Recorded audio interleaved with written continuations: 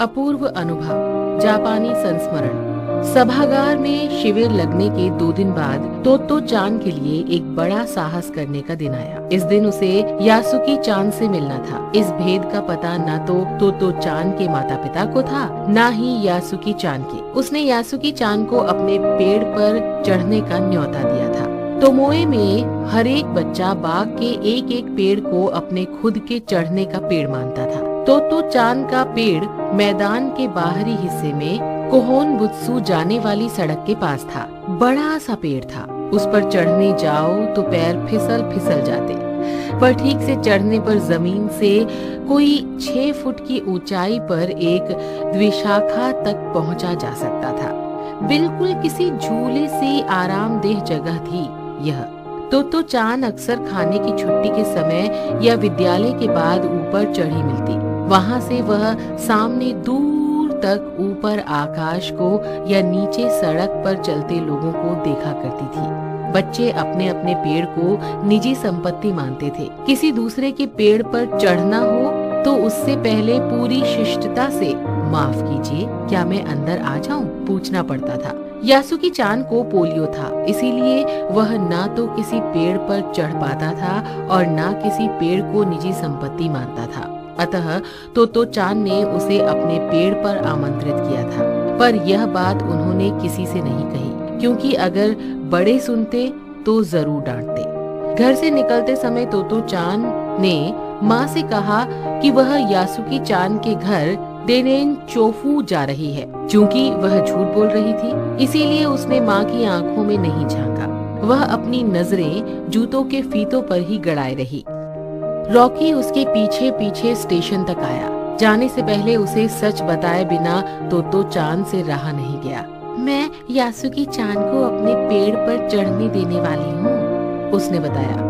Totto चान विद्यालय पहुंची। यासुकी चान उसे मैदान में क्यारियों के पास मिला। गर्मी की छुट्टियों के कारण सब सूना पड़ा था। यासुकी चान उससे केवल 1 ही वर्ष बड़ा था, पर तोत्तो चान को वह अपने से बहुत बड़ा लगता था। जैसे ही यासुकी चान ने तोत्तो चान को देखा, वह पैर घसीटता हुआ उसकी ओर बढ़ा। उसके हाथ अपनी चाल को स्थिर करने के लिए दोनों ओर फैले हुए थे। तोत्तो चान उत्तेजित थी। वे दोनों आज कुछ ऐसा करने वाले थे जिसका भेद किसी को पता न था। तोत्तो चान उल्लास में ठिठियाकर हंसने लगी। यासुकी चान भी हंसने लगा। तोत्तो चान यासुकी चान को अपने पेड़ की ओर ले गई और उसके बाद वह तुरंत चौकीदार के छप्पर की ओर भागी, जैसा उसने रात को तय कर लिया था। वहाँ से वह एक सीढ़ी घसीटती हुई लाई। उसे तने के सहारे ऐसे लगाया जिससे वह द्विविशाखा तक पहुँच जाए। वह फुर्ती से ऊपर चढ़ी और सीढ़ी के किनारे को पकड़ लिया। तब उसने पुकारा, ठीक है, अब ऊपर चढ़ने की कोशिश करो। यासुकी चान के हाथ पैर इतने कमजोर थे कि वह पहली सीढ़ी पर भी बिना सहारे के चढ़ नहीं पाया। इस पर तोत्तो चान नीचे उतर आई और यासुकी चान को पीछे से धकियाने लगी। पर तोत्तो चान थी छोटी और नाजुक सी, इससे अधिक सहायता क्या करती। यासुकी चान ने अपना पैर सीढ़ी पर से हटा लिया और हताशा से सिर झुकाकर खड़ा हो गया। तोत्तो चान को पहली बार लगा कि काम उतना आसान नहीं है जितना वह सोच कर बैठी थी। अब क्या करे वह? यासुकी चान उसके पेड़ पर चढ़े, यह उसकी हार्दिक इच्छा थी। यासुकी चान में भी उत्साह था। तोत्तो चान उसके सामने गई। उसका लटका चेहरा इतना उदास था कि तोत्तो चान को उसे हंसाने के लिए गाल फुलाकर तरह तरह के चेहरे बनाने पड़े। ठहरो, एक बात सूझी है। वह फिर चौकीदार के छप्पर की ओर दौड़ी और हर एक चीज उलट पुलट कर देखने लगी। आखिर उसे एक तिपाई सीढ़ी मिली जिसे थामे रहना भी जरूरी नहीं था। वह तिपाई सीढ़ी को घसीट कर ले आई तो अपनी शक्ति पर हैरान होने लगी। तिपाई की ऊपरी सीढ़ी द्विविशाखा तक पहुंच रही थी। देखो, अब डरना मत, उसने बड़ी बहन की सी आवाज में कहा।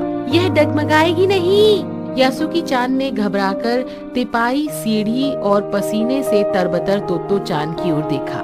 उसे भी काफी पसीना आ रहा था। उसने पेड़ की ओर देखा और तब निश्चय के साथ पांव उठाकर पहली सीढ़ी पर रखा। उन दोनों को यह बिल्कुल भी पता न चला कि कितना समय यासुकी चान को ऊपर तक चढ़ने में लगा। सूरज का ताप उन पर पड़ रहा था, पर दोनों का ध्यान यासुकी चान के ऊपर तक पहुंचने में रमा था। अपने हाथों से तोतो चान उसके पिछले हिस्से को भी स्थिर करती रही। यासुकी चान पूरी शक्ति के साथ जूझ रहा था और आखिर वह ऊपर पहुंच गया। हुर्रे!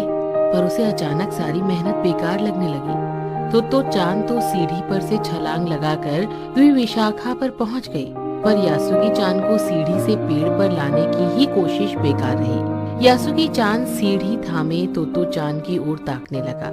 तोतो चान की रुलाई छूटने को हुई। उसने चाहा था कि यासुकी चान को अपने पेड़ पर आमंत्रित कर तमाम नई नई चीजें दिखाए, पर वह रोई नहीं। उसे डर था कि उसके रोने पर यासुकी चान भी रो पड़ेगा।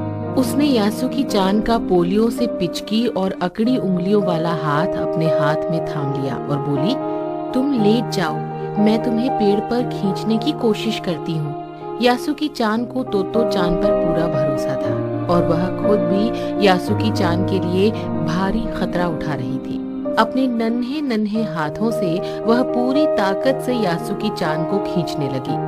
काफी मेहनत के बाद दोनों पेड़ की द्विविशाखा पर थे। पसीने से तरबतर अपने बालों को चेहरे से हटाते हुए तोतो चान ने सम्मान से झुककर कहा, मेरे पेड़ पर तुम्हारा स्वागत है। यासुकी चान डाल के सहारे खड़ा था। कुछ झिझकता हुआ वह मुस्कुराया।